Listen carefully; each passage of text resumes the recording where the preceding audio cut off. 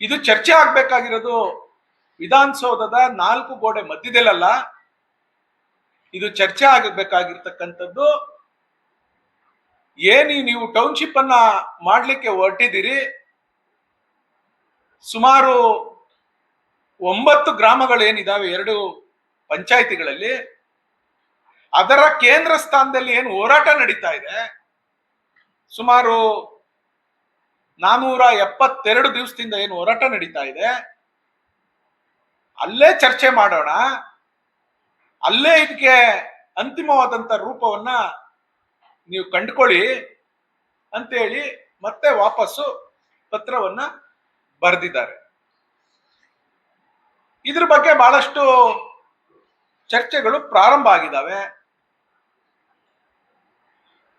ನಿನ್ನೆ ದಿವಸ ಮಾನ್ಯ ಮುಖ್ಯಮಂತ್ರಿಗಳಿಗೆ ತಮ್ಮ ಮಾಧ್ಯಮ ಸ್ನೇಹಿತರೆಲ್ಲ ಕೇಳಿದ್ದಾರೆ, ಈ ರೀತಿ ಪತ್ರ ಬಂದಿದೆ, ಅವರು ಬೈರ್ಮಂಗ್ಲಕ್ಕೇನೆ ಆಹ್ವಾನ ಮಾಡುತ್ತಾ ಇದ್ದಾರೆ ಅಂತ. ಸೊ ಮಾನ್ಯ ಮುಖ್ಯಮಂತ್ರಿಗಳು ಇದ್ರ ಬಗ್ಗೆ ನಾನೇನು ಮಾತನಾಡೋದಿಲ್ಲ, ನಂತರ ತಿಳಿಸ್ತೀನಿ ಅಂತ ಹೇಳಿ ಹೋಗಿದ್ದನ್ನ ನಾವೆಲ್ಲ ಮಾಧ್ಯಮದಲ್ಲಿ ತೋರಿಸಿದ್ವಿ. ನಂತರ ಈ ಭಾಗದ ಗೌರವಾನ್ವಿತ ಶಾಸಕರಾದಂತ ಬಾಲಕೃಷ್ಣರವರು ಬಹಳ ರಾಜಾರೋಷವಾಗಿ ಒಂದು ಪತ್ರಿಕಾ ಹೇಳಿಕೆಯನ್ನ ಅವ್ರ ಮನೆಯಲ್ಲಿ ಕೊಟ್ಟಿರೋದನ್ನ ನಾವು ಮಾಧ್ಯಮದಲ್ಲೆಲ್ಲ ನೋಡಿದ್ವಿ. ಪಾಪ ಒಂದು ಪದ ಬಳಸಿದ್ದಾರೆ, ಮೊನ್ನೆ ಕುಮಾರಣ್ಣವ್ರಿಗೆ ಕನಿಷ್ಠ ಪ್ರಜ್ಞೆನೂ ಇಲ್ಲ ಅಂತೇಳಿ.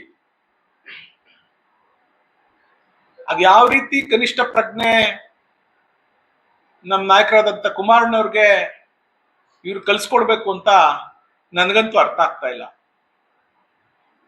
ಮಿಸ್ಟರ್ ಬಾಲಕೃಷ್ಣ ಅವರೇ, ಅವ್ರಿಗೆ ಗರಿಷ್ಠ ಪ್ರಜ್ಞೆ ಇರೋದಕ್ಕೆ ಈ ರಾಜ್ಯದಲ್ಲಿ 2 ಬಾರಿ ಮುಖ್ಯಮಂತ್ರಿ ಆದ್ರು, ಕೇಂದ್ರದಲ್ಲಿ ಇವತ್ತು ದೊಡ್ಡ ಖಾತೆಗಳನ್ನ ಒಂದು ಕೆಲಸ ಮಾಡ್ತಾ ಇದ್ದಾರೆ. ಹಿಂದೆ ಸಂಸತ್ ಸದಸ್ಯರಾಗಿ ಕೆಲಸ ಮಾಡಿರತಕ್ಕಂತ ಅನುಭವ ಇದೆ. ಮೊದಲನೇ ಬಾರಿಗೆ ಈ ರಾಜ್ಯದಲ್ಲಿ ಗೆದ್ದು ಮುಖ್ಯಮಂತ್ರಿ ಆಗಿರ್ತಕ್ಕಂಥ ಇತಿಹಾಸ ಇದೆ. ನೀವೇನೋ ನಿಮ್ಮ ನಾಯಕರನ್ನ ಮೆಚ್ಚಿಸ್ಕೊಳಕ್ಕೆ ನೀವು ನಿಮ್ಮ ಬಾಯನ್ನ ಹೊಲ್ಸ್ ಮಾಡ್ಕೋತಾ ಇದ್ದೀರಲ್ಲ, ಅದರ 10ರಷ್ಟು ಮಾತನಾಡ್ಲಿಕ್ಕೆ ನಮ್ಗೆ ಶಕ್ತಿ ಇದೆ. ನಾವು ಎಲ್ಲರ ಗರಡಿನಲ್ಲೂ ರಾಜಕಾರಣವನ್ನ ನೋಡ್ಕೊಂಡು ಕಲ್ತ್ಕೊಂಡು ಬಂದಿರತಕ್ಕಂಥವ್ರೆ. ಪಾಪ ನೀವು ಇವತ್ತು ಮೊನ್ನೆ ಮುಖ್ಯಮಂತ್ರಿಗಳನ್ನ ಮೆಚ್ಚಕ್ಕೆ ಹೋಗಿರ್ತಕ್ಕಂಥವ್ರು, ನಾವೇನ್ ಮೆಚ್ಚಬೇಕಾಗಿಲ್ಲ. ಇವತ್ತು ಕನಿಷ್ಠ ಪ್ರಜ್ಞೆ ನಿಮ್ಗಿರ್ಬೇಕಾಗಿತ್ತು, ನಿಮ್ ಸರ್ಕಾರಕ್ಕಿರ್ಬೇಕಾಗಿತ್ತು, ನಿಮ್ಮ ಮಂತ್ರಿಗಳಿಗಿರ್ಬೇಕಾಗಿತ್ತು, ನಿಮ್ಮ ಅಧಿಕಾರಿಗಳಿಗಿರ್ಬೇಕಾಗಿತ್ತು, ಕುಮಾರಣ್ಣವ್ರಿಗಲ್ಲ.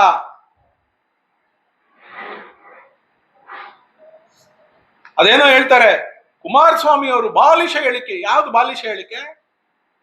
ನಿನ್ನಂಗೆ ಯಾವತ್ತಾದ್ರೂ ಉಡಾಫೆ ಆಗಿ ಮಾತಾಡಿದಾರ ಕುಮಾರಸ್ವಾಮಿ ಅವರು? ನಿಖಿಲ್ ಕುಮಾರಸ್ವಾಮಿ ಅವರು ಮಾತಾಡಿದಾರ? ನಾನೇನಾದ್ರೂ ಮಾತಾಡಿದ್ದೀನ ನಿಮ್ ತರ ಉಡಾಫೆ ಆಗೆ? ಅಲ್ಲ ರೀ, ನಿನಗೆ ಕನಿಷ್ಠ ಪ್ರಜ್ಞೆ ಇದ್ದಿದ್ರೆ ಇವ್ರು ಕುತ್ಕೊಂಡ್ರಲ್ಲ ರೈತರವತ್ತು, ಒಬ್ಬ ಶಾಸಕನಾಗಿ ಈ ಕ್ಷೇತ್ರದಲ್ಲಿ ಮತ ಕೊಟ್ಟಿದ್ದಾರೆ, ನಾನು ಹೋಗಿ ಒಂದು ದಿವಸ ಆದ್ರೂ ಅವ್ರು ಅಳಿಲು ಕೇಳ್ಕೋಬೇಕು ಅನ್ನುವಂತ ಕನಿಷ್ಠ ಜ್ಞಾನ ಪ್ರಜ್ಞೆ ನಿನಗಿರ್ಲಿಲ್ಲ. ಅಲ್ಲಿ ಇಷ್ಟು ದೊಡ್ಡ ಈ ಹೋರಾಟಕ್ಕೆ ನೇರ ಹೊಣೆ ನೀನೊಬ್ಬನೇ. ನೀನೇನಾದ್ರೂ ಅವತ್ತು ಹೋಗಿ ನಮ್ಮ ರೈತರುಗಳ ಮುಂದೆ ಏನಾಗಿದೆ, ಏನ್ ತೊಂದರೆ ಆಗಿದೆ, ಸರ್ಕಾರ ನಂದಿದೆ, ಉಪಮುಖ್ಯಮಂತ್ರಿಗಳು ನಮ್ಮವರಿದ್ದಾರೆ, ಮುಖ್ಯಮಂತ್ರಿಗಳು ನಮ್ಮವರಿದ್ದಾರೆ, ನಾನು ತಿಳಿಸ್ತೀನಿ ಈ ವಿಚಾರವನ್ನ, ನಿಮ್ಗೇನಾನ ತೊಂದರೆ ಆದ್ರೆ ಈ ವಿಚಾರನ ಕೈ ಬಿಡಿಸ್ತೀನಿ, ಇಲ್ಲ ಅಂದ್ರೆ ನೀವೆಲ್ಲ ಒಪ್ಕೊಳ್ಳಿ ಅಂತ ನೀನ್ ಮಾಡ್ಬೇಕಾಗಿದ್ದ ಕೆಲಸ ಬೇರೆಯವ್ರ ಮೇಲೆ ಬಿಟ್ಟು ತೋರಿಸ್ತೀರಾ? ನಿಖಿಲ್ ಕುಮಾರಸ್ವಾಮಿ ಅವ್ರದ್ದು, ಅನಿತಾ ಕುಮಾರಸ್ವಾಮಿ ಅವ್ರದ್ದು 100 ಎಕರೆ ಜಮೀನಿದೆ. ಮಾಡಿಸು ತನಿಖೆ. ನಿಂದೇ ಸರ್ಕಾರ, ನೀನೇ ಶಾಸಕ, ನಿಮ್ದೇ ಮುಖ್ಯಮಂತ್ರಿಗಳು, ನಿಮ್ದೇ ಎಲ್ಲ ಅಧಿಕಾರಿಗಳು, ಮಾಡಿಸಿ ತನಿಖೆನ ಸಾಬೀತ್ ಮಾಡಿ.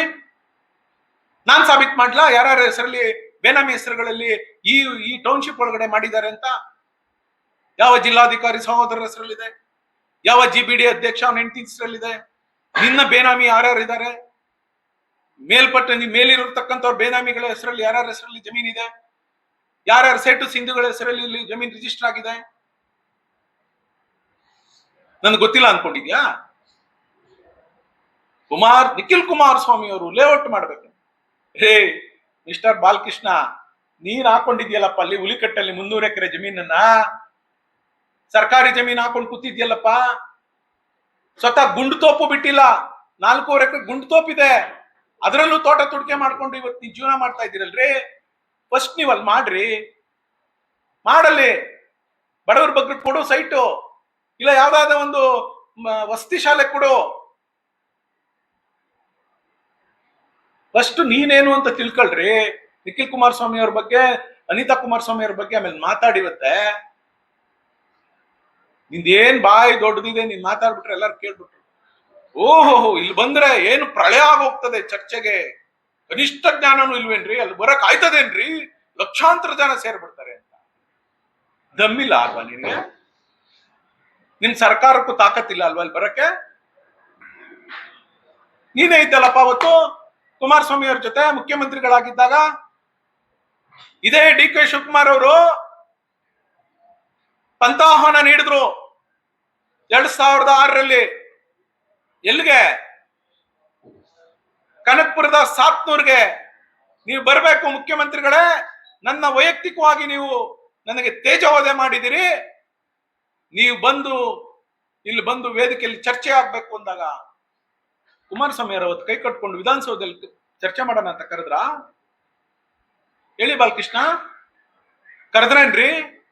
ನೀವು ಅವತ್ತು ಕುಮಾರಸ್ವಾಮಿ ಅವರು ಹೆಲಿಕಾಪ್ಟರ್ ಅಲ್ಲಿ ಹೋಗಿ ಜೊತೆಲಿ ಹೋಗಿ ನೀವು ವೇದಿಕೆ ಹಂಚ್ಕೊಂಡಿಲ್ವಾ? ಅವತ್ತು ಲಾ ಅಂಡ್ ಆರ್ಡರ್ ಪ್ರಾಬ್ಲಮ್ ಆಯ್ತಾ?